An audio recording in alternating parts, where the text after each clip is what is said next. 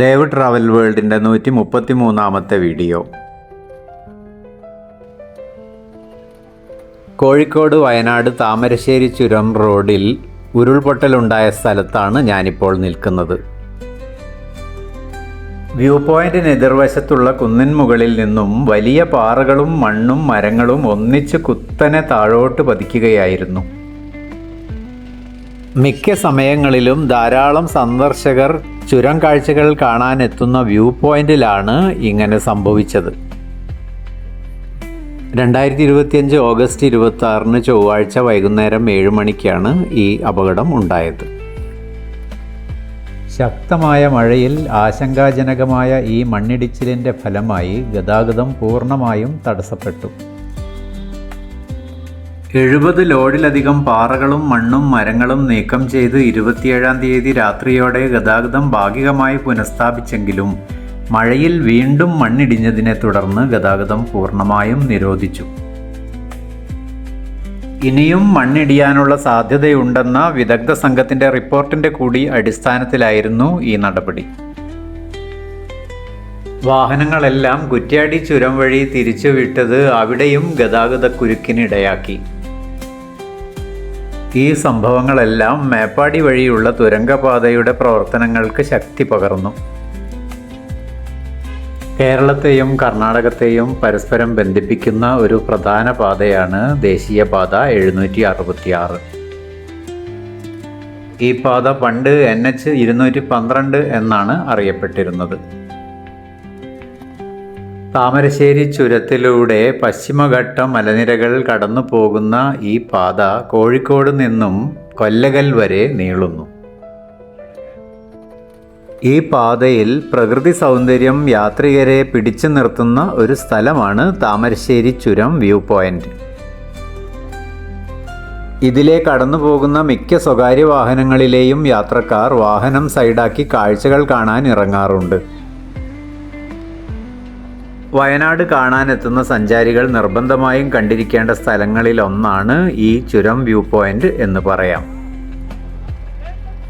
തെളിഞ്ഞ ആകാശമുള്ള നല്ല വെയിലുള്ള പകലുകളിൽ വയനാടിൻ്റെ ഈ അതിർത്തിയിൽ നിന്നുകൊണ്ട് കോഴിക്കോട് ജില്ലയുടെ പടിഞ്ഞാറൻ അതിർത്തിയിലുള്ള അറബിക്കടൽ കാണാൻ കഴിയാറുണ്ട്.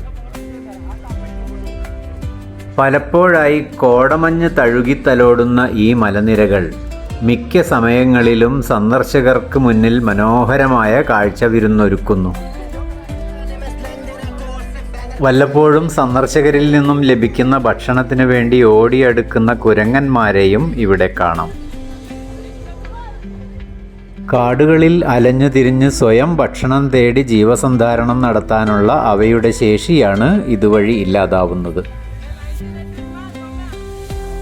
വന്യജീവികളെ സംരക്ഷിക്കുന്നതിന് നാം സ്വീകരിക്കേണ്ട മാർഗങ്ങളെക്കുറിച്ച് ഒരവബോധം ഇനിയും നമുക്ക് കൈവന്നിട്ടില്ലെന്നത് ഏറെ ദൗർഭാഗ്യകരമായി തോന്നുന്നു.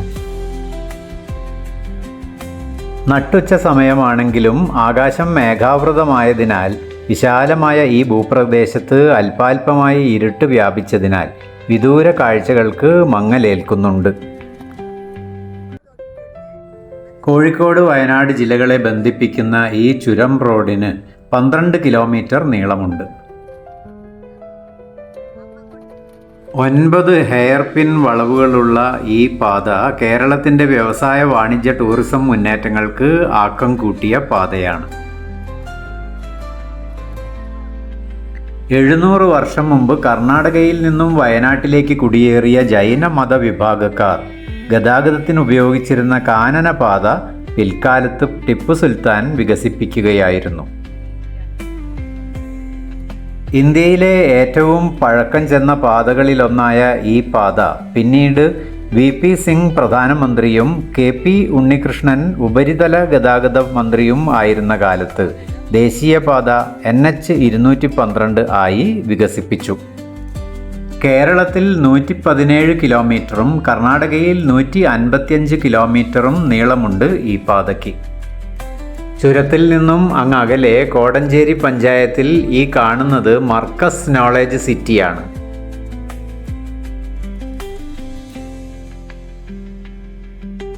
അന്യ സംസ്ഥാനങ്ങളിൽ നിന്നുൾപ്പെടെ ധാരാളം സന്ദർശകർ പ്രകൃതി സൗന്ദര്യം ആസ്വദിക്കാനെത്തുന്ന ഒരിടമാണ് ഈ വ്യൂ പോയിന്റ്.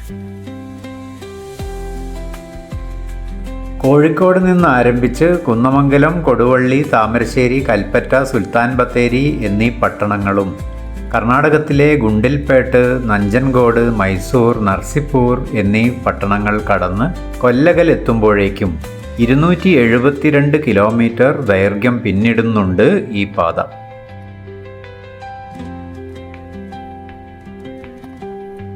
കോഴിക്കോട്, വയനാട് ജില്ലകളെ പരസ്പരം ബന്ധിപ്പിക്കുന്ന ഈ 12 കിലോമീറ്റർ ദൈർഘ്യമുള്ള ചുരം റോഡ് സാധ്യമാക്കിയത് ബ്രിട്ടീഷുകാരുടെ കാലത്ത് ആദിവാസി കരിന്തണ്ടൻ എന്ന യുവാവിൻ്റെ സഹായത്തോടു കൂടിയാണെന്ന് പറയപ്പെടുന്നു.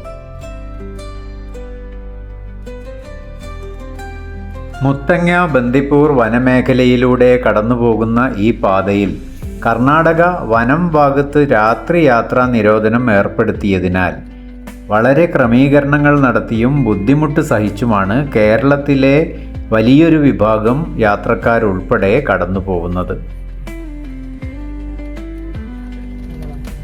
ഞങ്ങൾ മടക്കയാത്ര ആരംഭിച്ചപ്പോഴേക്കും നല്ല മൂടൽമഞ്ഞും മഴയും പെയ്യാൻ തുടങ്ങി. ഡ്രൈവിങ്ങിന് അല്പം ബുദ്ധിമുട്ടുണ്ടെങ്കിലും വല്ലാത്തൊരു അനുഭൂതി ഉളവാക്കുന്ന യാത്രയാണ് ഇത്.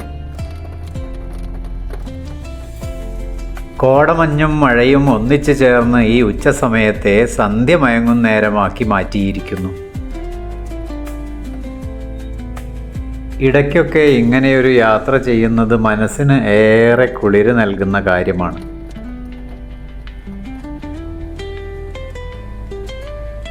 നമ്മൾ കോഴിക്കോട്ടുകാർക്ക് അധികം അകലെയല്ലാതെ ഏറെ ഉല്ലസിക്കാൻ പറ്റിയ ഒരു യാത്രയാണ് വയനാട്ടിലേക്കുള്ള യാത്ര.